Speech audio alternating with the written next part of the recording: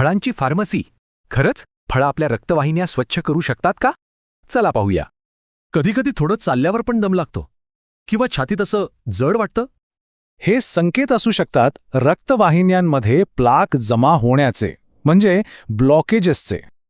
पण निसर्गात अशी काही फळं आहेत ना जी आपल्या रक्तवाहिन्यांसाठी अक्षरशः झाडूचं काम करतात. हा प्लाक म्हणजे दुसरं तिसरं काही नाही तर चरबी आणि कोलेस्ट्रॉलचा एक थर, ज्यामुळे हृदयविकाराचा धोका वाढू शकतो.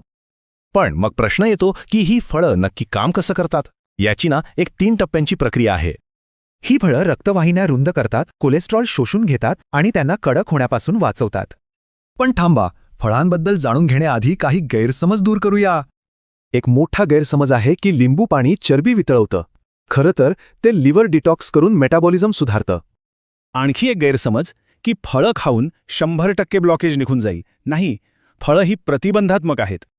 चला आता बघूया हृदयाच्या आरोग्यासाठी सर्वोत्तम 10 फळं कोणती आहेत. यादीत आहे डाळिंब, कलिंगड, लिंबूवर्गीय फळं आणि ॲव्होकाडो.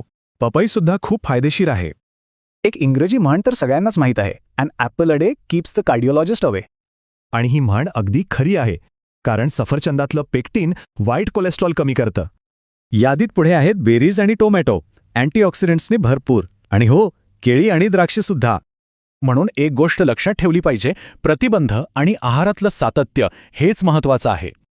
एक गोष्ट स्पष्ट करायची आहे, ही माहिती फक्त ज्ञानासाठी आहे. याला वैद्यकीय सल्ला समजू नका.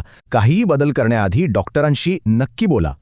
बरं, ही सगळी यादी बघितल्यावर रोजच्या आहारात कोणतं फळ सहज समाविष्ट करता येईल हा विचार येतोच.